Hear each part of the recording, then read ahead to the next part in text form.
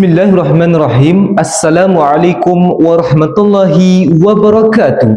Salam perpaduan bertahtakan intan kemesraan saya ucapkan kepada tuan peneraju acara, barisan hakim yang lagi bijaksana, para guru dan rakan-rakan yang saya kasihi dan sayangi sekalian. Kalau kail panjang sejengkal, lautan dalam jangan diduga. Peribahasa ini mengajar kita bahawa kekuatan sesebuah bangsa bukannya hanya terletak pada kekuatan fizikal semata-mata, tetapi kekuatan yang sebenar ialah datang dari kebijaksanaan dan kematangan dalam pemikiran. Justru itu saya bawakan para warga dewan untuk sama-sama kita menyelusuri simbiosis tentang minda bangsa Tonggak Malaysia Madani. Apakah yang dimaksudkan dengan minda bangsa? Minda bangsa merupakan cara berfikir, menilai, sikap dan budaya yang ada dalam kalangan masyarakat di sesebuah negara. Masyarakat yang boleh berfikir akan melahirkan masyarakat yang berfikiran inovatif dan kreatif, berintegriti dan mampu berdaya saing di peringkat global.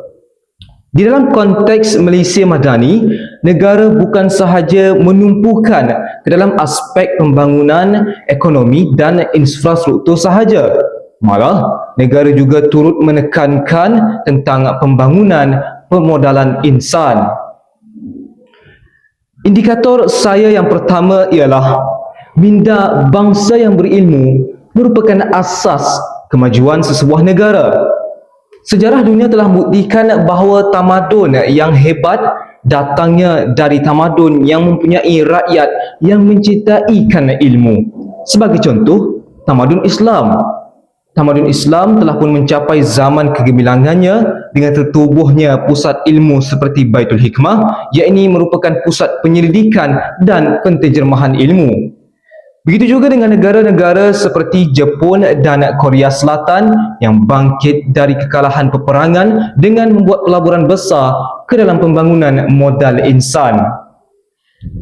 Di Malaysia, negara memperuntukkan berbilion ringgit untuk sektor pendidikan.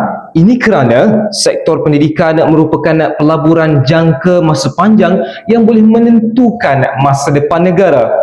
Justru, pelajar hari ini perlu diterapkan dengan minda bangsa yang berilmu kerana ia merupakan asas bagi kemajuan sesebuah negara. Warga dewan yang saya hormati dan kasih sekalian, izinkan saya untuk melebarkan lagi lensa perbincangan ini. Indikator saya yang kedua ialah minda bangsa yang berilmu memperkukuh kemakmuran negara. Minda bangsa yang berilmu ataupun dikenali sebagai berilmu dan berintegriti merupakan asas kemakmuran negara kerana kecerdasan tanpa integriti ibarat kapal tanpa nahkoda. Pelajar yang bagus bukan sahaja yang mempunyai kepakaran tetapi mampu untuk menggunakan sehabis baik dan mendalami kejujuran, tanggungjawab dan nilai amanah.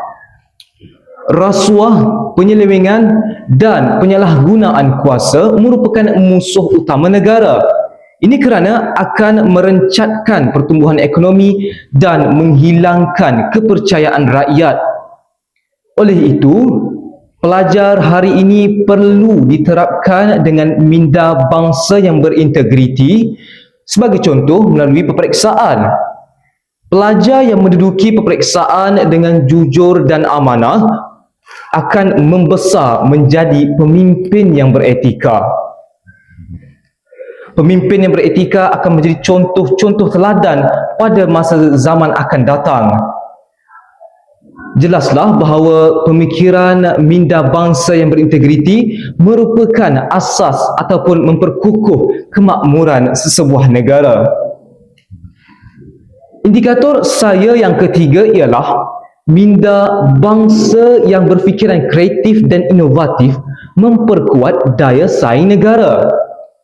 Kini, dunia dalam revolusi 4.0 yang menyaksikan perkembangan teknologi pesat sedang membangun sebagai contoh kecerdasan buatan AI, automasi, robotik dan analisis data raya.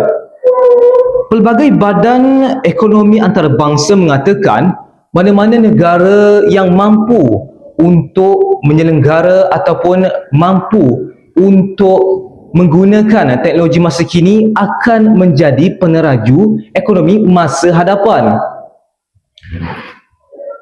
Kita memerlukan generasi yang berani mencuba, bukan sekadar boleh menggunakan teknologi. Berani mencuba akan melahirkan pemikiran inovatif, manakala inovatif akan mempertingkatkan produktiviti negara. Oleh itu, minda bangsa yang berfikiran kreatif dan inovatif seharusnya diterapkan dalam diri pelajar kerana ini merupakan satu bangsa yang boleh mengharumkan nama negara dan boleh meningkatkan daya saing negara. Warga Dewan yang saya sayangi sekalian, sebelum saya mengakhiri pidato saya hari ini, ingin saya tegaskan bahawa bangsa yang berilmu, berintegriti dan pemikiran kreatif akan membina negara yang mampu berdaya saing di peringkat global dan disegani oleh dunia luar. Persoalannya, apakah peranan kita sebagai seorang pelajar dalam membina minda bangsa? Yang pertama ialah mengamalkan amalan membaca dan menuntut ilmu sepanjang hayat. Kedua, menggunakan media sosial atau media massa dengan cukup berhemah dan bertanggungjawab. Ketiga, mengamalkan sikap integriti di setiap perbuatan. Ini kerana akan mempertingkatkan kepercayaan orang lain terhadap diri kita. Dan yang keempat, iaitu akhir sekali, memperkukuhkan keharmonian dan mengutamakan kepelbagaian bangsa dalam diri masyarakat. Sekian dari saya.